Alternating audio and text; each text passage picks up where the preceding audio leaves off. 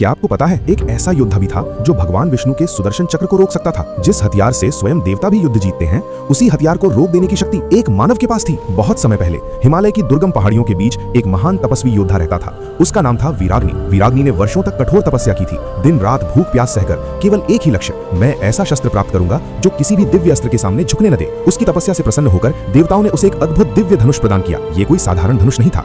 जब भी उससे छोड़ा गया बाण हवा में एक चमकदार कवच बना लेता, ऐसा कवच जो किसी भी दिव्य अस्त्र की शक्ति को कुछ क्षणों के लिए रोक सकता था। समय बीतता गया, वीराग्नि के भीतर धीरे धीरे अहंकार जन्म लेने लगा। वो सोचने लगा, अगर मैं सुदर्शन चक्र को भी रोक सकता हूँ तो क्या मैं स्वयं भगवान विष्णु से भी बड़ा नहीं हो गया। एक दिन अपने अभिमान में अंधा होकर वीराग्नि ने भगवान विष्णु को युद्ध की चुनौती दे दी। आकाश में घोर गर्जना हुई, बादल काले पड़ गए और क्षीर सागर से भगवान विष्णु प्रकट हुए। शांत मुख, करुणामयी दृष्टि पर हाथ में चमकता हुआ सुदर्शन चक्र। भगवान विष्णु ने कहा, हे वीराग्नि, शक्ति का उपयोग रक्षा के लिए होता है, अहंकार के लिए नहीं। लेकिन वीराग्नि नहीं माना। उसने अपने दिव्य धनुष को खींचा और जैसे ही भगवान विष्णु ने सुदर्शन चक्र छोड़ा, वीराग्नि के बाण ने आकाश में एक प्रकाशमय ढाल बना दी। कुछ क्षणों के लिए सुदर्शन चक्र सच में रुक गया। तीनों लोग स्तब्ध रह गए। देवताओं को विश्वास ही नहीं हुआ।